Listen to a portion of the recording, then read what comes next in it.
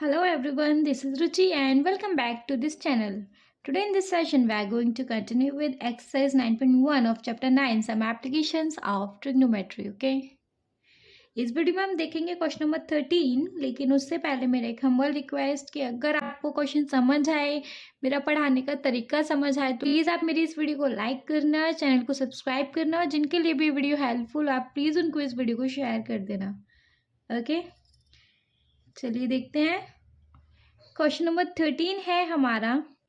An observer from the top of a 75-meter high lighthouse from a sea level. See, एक सी है जिसके ऊपर एक लाइट हाउस है. कितना? 75 metre high. Okay, hand to hand naming करते चलूँ. A B.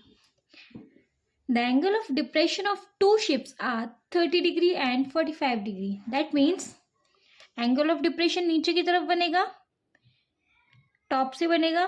तो ये हमारा हॉरिजॉन्टल लाइन हुआ और यहाँ से हमारा एंगल ऑफ एलिवेशन बन रहा है दो शिप के लिए. मतलब दो शिप है.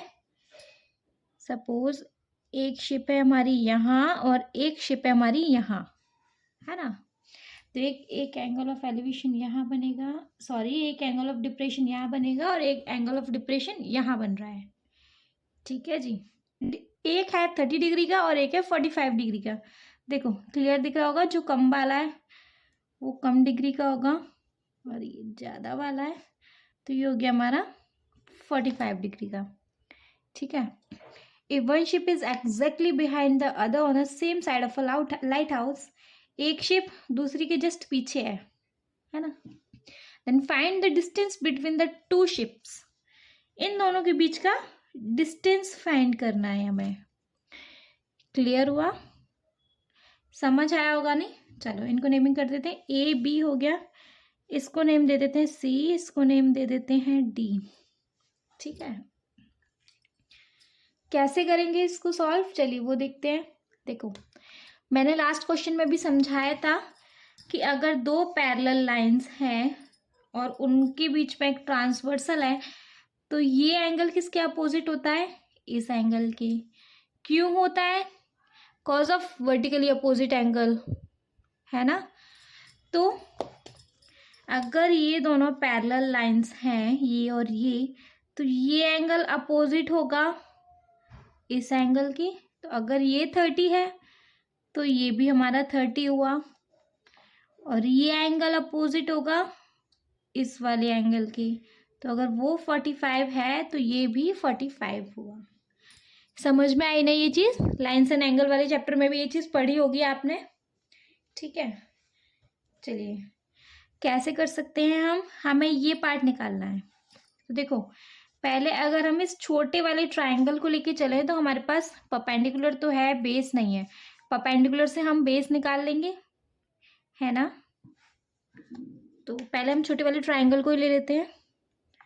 If I take in triangle BAC, tan ही यूज होगा. तो tan 45 हुआ हमारा P/B. P है हमारा AB एंड B है हमारा AC. tan 45 की वैल्यू होती है 1, AB हो हमारा 75, AC हमारा कुछ है ही नहीं.